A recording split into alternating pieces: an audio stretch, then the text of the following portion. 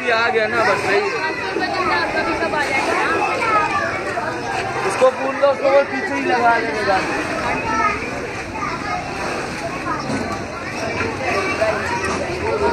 और आएगा यार, बोल वो दूध वाले को उधर लगा ले। नहीं क्रेन से नहीं होना।